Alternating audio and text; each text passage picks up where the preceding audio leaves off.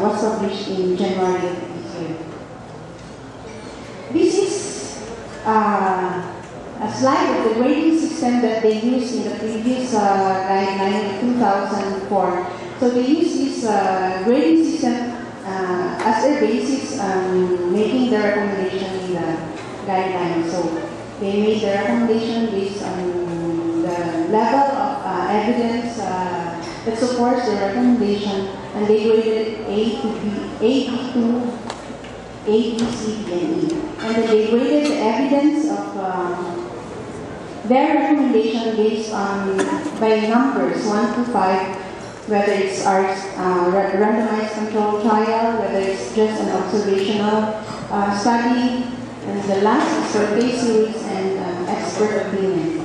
In the latest guideline, they use what they call the grade system, the grades of recommendation, and then they assess the evidences that was available, and then they did development of recommendation and evaluation.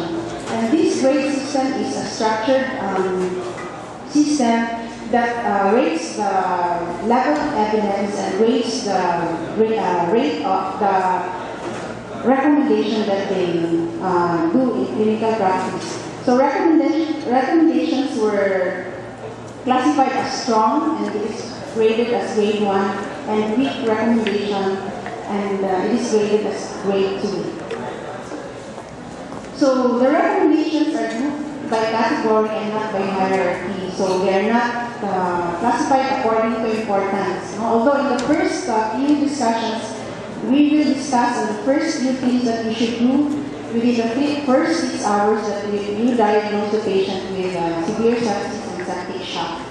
And the grading of recommendation implies literature support and not priority of importance. So, just like in stroke, in acute MI, and in polytrauma, the speed and the appropriateness of a management is really important, and it impacts a lot on the survival of the patient. So that in this guideline, we will discuss first the first few things that needs to be done so that the survival of the patient will be higher. So it is recommended that initial resuscitation should be started immediately in the presence of sepsis-induced hypertension. And this is defined as hypotension or lactic acidosis, which is measured as serum lactate of more than 4 millimoles per liter. So if you have these parameters and these imperatives that you start fluid challenge. So what are the goals of doing the initial resuscitation? So your goal should be to attain a CVP of between 8 to 12 millimeters mercury. And you should aim for a mean arterial pressure of more than 65 millimeters mercury. And your urine output should be more or equal to 0.5 ml per kilo per hour.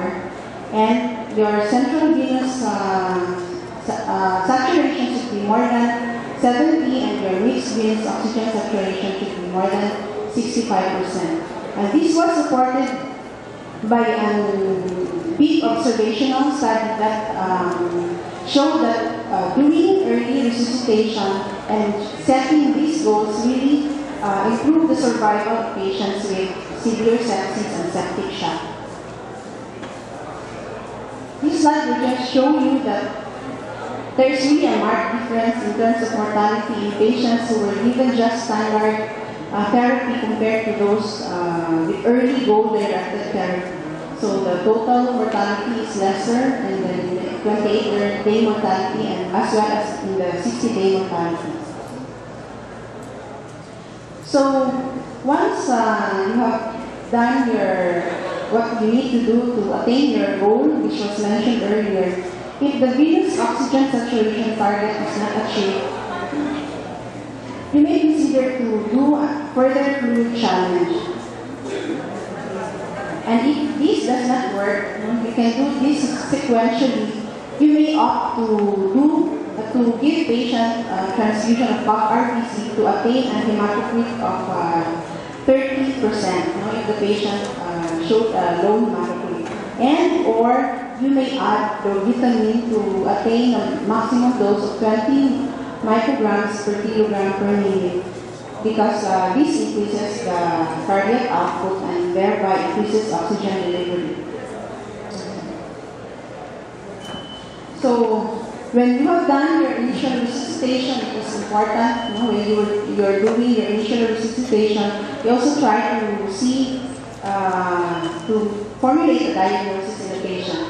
And before you give an antibiotic treatment to your patients, it is important, and they recommend that blood culture should be taken.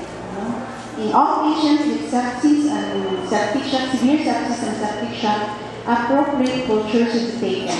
And they recommend a minimum of 2 blood cultures. So at least one is taken percutaneously, and 1 blood culture should be taken from each vascular access which has been there for more than 48 hours.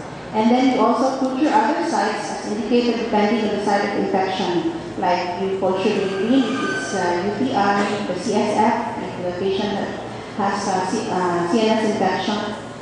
And it is also important to perform imaging studies promptly, so that this will more or less confirm your diagnosis that there is an infection. Like if you do an X-ray and you see infiltrate in the X-ray, then your diagnosis of pneumonia will be confirmed. And then you will also be guided as to the need of, if there is a foreign body present in the patient, then the need for removal of the foreign body, or if there is an abscess that we should be seen in ultrasound, then we will be guided that there is a need for the abscess to be drained. So it is important to do this. However, even in hospitals which are well-manned and well-equipped, sometimes transporting the patients to the radiology department is dangerous. So the balance, we should balance between the risk and the advantage of doing your radiologic procedures. So it is recommended that you should begin intravenous antibiotic within the first hour of the diagnosis of severe sepsis and septic shock.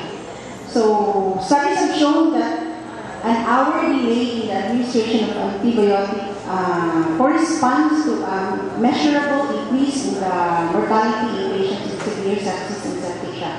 So it is important, especially the nurses, if the doctors have already ordered antibiotics, so you should facilitate giving of the antibiotics and probably call the laboratories so that cultures will be taken and then antibiotic can be given to the patient.